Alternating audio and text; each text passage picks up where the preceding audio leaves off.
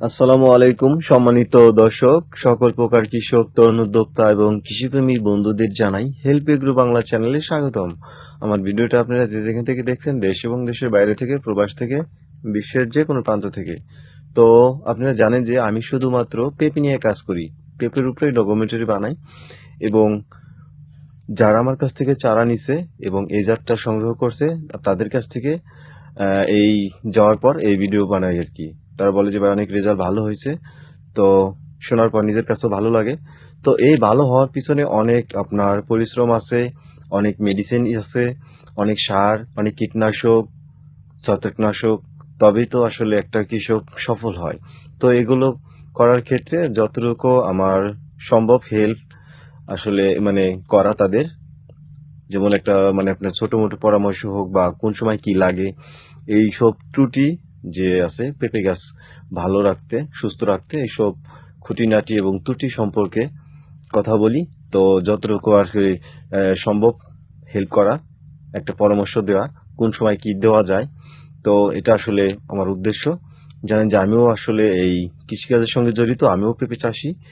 তো সেই সব মানে ক্ষেত্রে মাথায় রেখে আসলে আমি যেরকমটা মানে দিয়ে রেজাল্ট পাইছি গাছে, তো এরকমটা আসলে আমি সবারই পরামর্শ দিই এবং পেঁপে চাষে উদ্বুদ্ধ করি। জানি যে আসলে এটা এমন একটা ফল, ফলও বলতে পারেন, এমন একটা সবজি, সবজিও বলতে পারেন। ফল এবং সবজি দুইভাবেই বাজারজাত করা খুবই সহজ এবং বাংলাদেশের প্রতিটা ডিস্ট্রিক্টেই আপনার এই চাহিদা এবং প্রতিটা ক্ষেত্রে আসলে আপনার ফলের চাহিদা, সবজির চাহিদা এবং সারা বছর পাওয়া যায় এমন একটা সবজি চাষ করুন বা ফল চাষ করুন যেটা আপনার সবজি হিসেবে গণ্য হবে এবং যখন দাম থাকবে না মানে পাকানো যাবে, পাকানোর পরও কিন্তু ভালো দাম থাকে। যেমন এই মুহূর্তে আপনার প্রচুর পরিমাণে আসলে ফল হিসেবে পেঁপের অনেক চাহিদা, দাম। তো একটা গাছে আপনার এই পেঁপে 4 মণ 5 মণ এরকম ধরে থাকে একটা গাছে, যেহেতু এটা 2 বছর মেয়াদি একটা গাছ। এখনো যে একটা গাছে দেখতেছেন, এক একটা গাছে আপনার ফল ধরে আছে 1 মণ, 1.5 মণ, ছোট নিয়ে আসলে। তো এইগুলো যখন আপনি ছোটগুলো বড়গুলো ছিঁড়া হবে সবজি হিসেবে, বড়গুলো ছোট মানে ছোটগুলো আপনার থাইকে যাবে উপরের দিকে, ওদিকেও কিন্তু ধীরে ধীরে বড় হবে।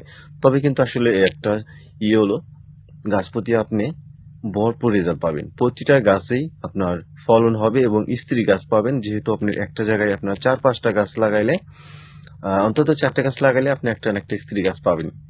তো এটা শতভাগ বলা যায়, এক জায়গায় 4টা এই যে মানে এরকম পেঁপে চারা থাকলে আপনি স্ত্রী গাছ পাবেন। তো এখানে যে দেখবেন যে কোনো একটা জায়গায় বাদ নাই, প্রতিটা মাদায় আপনার স্ত্রী গাছ আছে, কেননা সব জায়গায় অন্তত আপনার 4টে করে গাছ ছিল তাই।